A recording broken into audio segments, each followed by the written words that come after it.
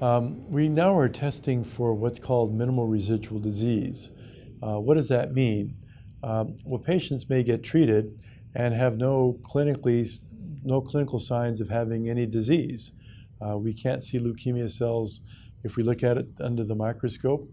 But now we have very sensitive tests that can detect one cell easily in 100,000 cells, and in some cases one cell in a million, and we can detect whether there's a leukemia cell present at 1 in a million cells.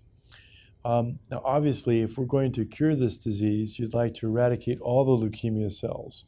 So if a patient achieves a very good response, a complete response, for example, and has no detectable minimal residual disease, that can't be a bad thing. It has to be a good thing.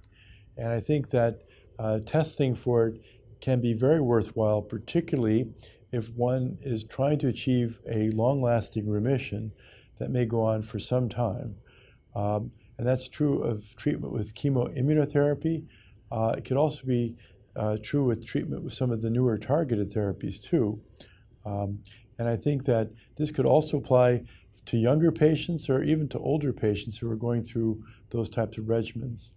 There's one drug that has now been approved for patients with prior therapy who've had deletion in chromosome 17. That drug is venetoclax. That's a BCL2 inhibitor. And that drug is very powerful. It can induce very active lysis of the tumor cells, sometimes so much that you can get into trouble with tumor lysis. It's almost like a brain freeze with eating too much ice cream. But in this case, the tumor lysis can be so fulminant as to be life-threatening. So one has to be very careful in starting the drug, but it's testament to the fact that the drug's very active. And some of the patients treated with this drug, it's not chemotherapy perhaps, but it's a newer targeted therapy, can achieve a complete response without any evidence of detectable disease. We think that's a good thing too. So testing for MRD should be considered for patients who have achieved a good response to treatment after treatment, for which you want to have some sort of idea as to how long the remission might last, particularly for those patients for whom you're considering stopping treatment. As I mentioned, patients treated with ibrutinib may continue on with therapy for some time, and even if they achieve a partial response, they may continue to do well with the partial response because they're still responding and still being treated. So it's not that they're not still undergoing therapy. And there, the testing for minimal residual disease does not make much sense because you have cells that you can see easily by doing a blood count or looking under a microscope. Yeah, I think the use of chemoimmunotherapy regimen is not given ad infinitum like we do with newer targeted agents. Typically, patients receiving chemoimmunotherapy are given treatment over a 3 to 6 month period. And we hope to achieve a very deep remission. And we recommend that 2 to 3 months after completion of therapy, that they have a marrow biopsy if they can, because that's the most sensitive place to look, and look for the presence of minimal residual disease.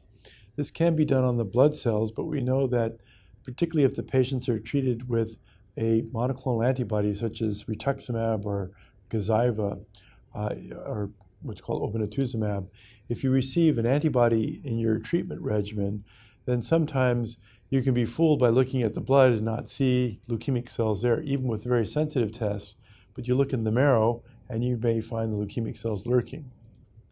I like to call attention to, like we had this Mediterranean fruit fly where we had these fly traps. You put honey bait and the flies are attracted to the honey bait. All you need to do is look at the fly traps and you can assess whether there are Mediterranean fruit flies around.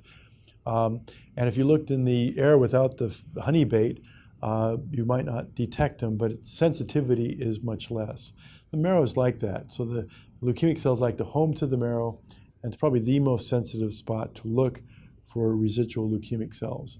So we like to look, and if we find no leukemic cells with very sensitive tests down at least to 1 in 100,000, then it's excellent because we see that patients can go on after treatment for months, if not longer, longer than patients who have positive cells in the marrow. It's like a weather report.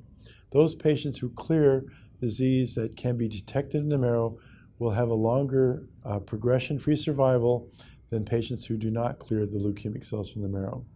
And so that's why it's useful. For me, I'd like to know if I had achieved a home run with therapy or whether I just got on third base or second base. You'd like to know whether you made it home.